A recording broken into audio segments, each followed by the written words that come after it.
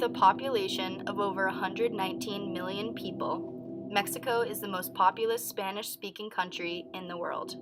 About 10% of Mexico's citizens currently live in the U.S. Historically, Mexicans often have been the most associated immigrant group to be employed in manufacturing and low-paying jobs.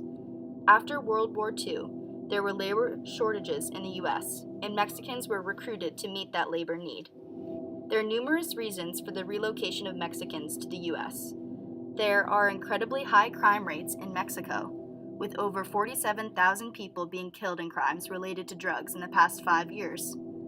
Additionally, unemployment and poverty are huge problems in Mexico. Many Mexican families struggle, with 47% of the population living under the poverty line.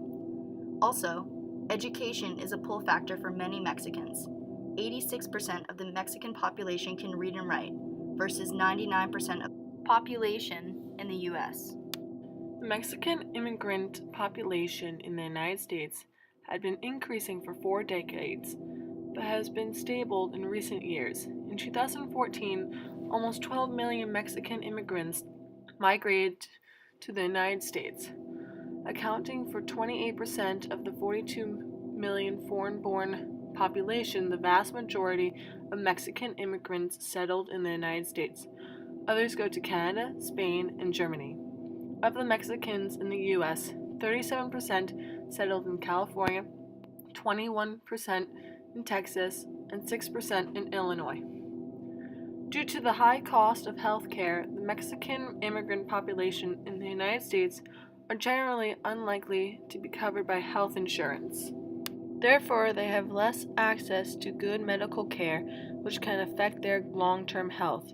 There is little evidence to suggest that these immigrants bring diseases on a large scale with them into the U.S. However, there has been incidents of tapeworms showing up along the U.S. border. In 1992, there was also a case of typhoid in Maryland, when an immigrant transmitted the bacteria through food at a McDonald's where she worked.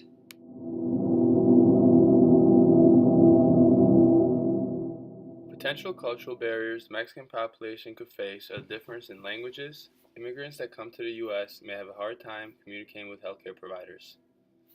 Mexican immigrants are also a lot less likely to be offered insurance at work than citizens. Immigrants are offered insurance at lower rates because they frequently work in types of industries such as agriculture, construction, food processing, restaurants, and other service jobs. Mexican immigrants face more obstacles when it comes to obtaining health insurance than any other immigrant group. This leads to them often having to rely on safety net clinics and hospitals for free or reduced medical care. The State Children's Health Insurance Program is one of the programs in place to help immigrants receive health insurance.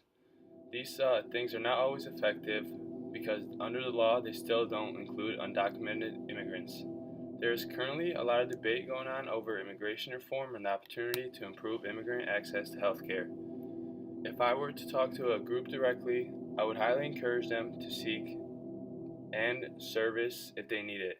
The problem with the Mexican immigrants, there are a lot of undocumented immigrants that have a much harder time getting access to healthcare services. There are options for undocumented immigrants like hospitals for free or reduced cost or safety net clinics.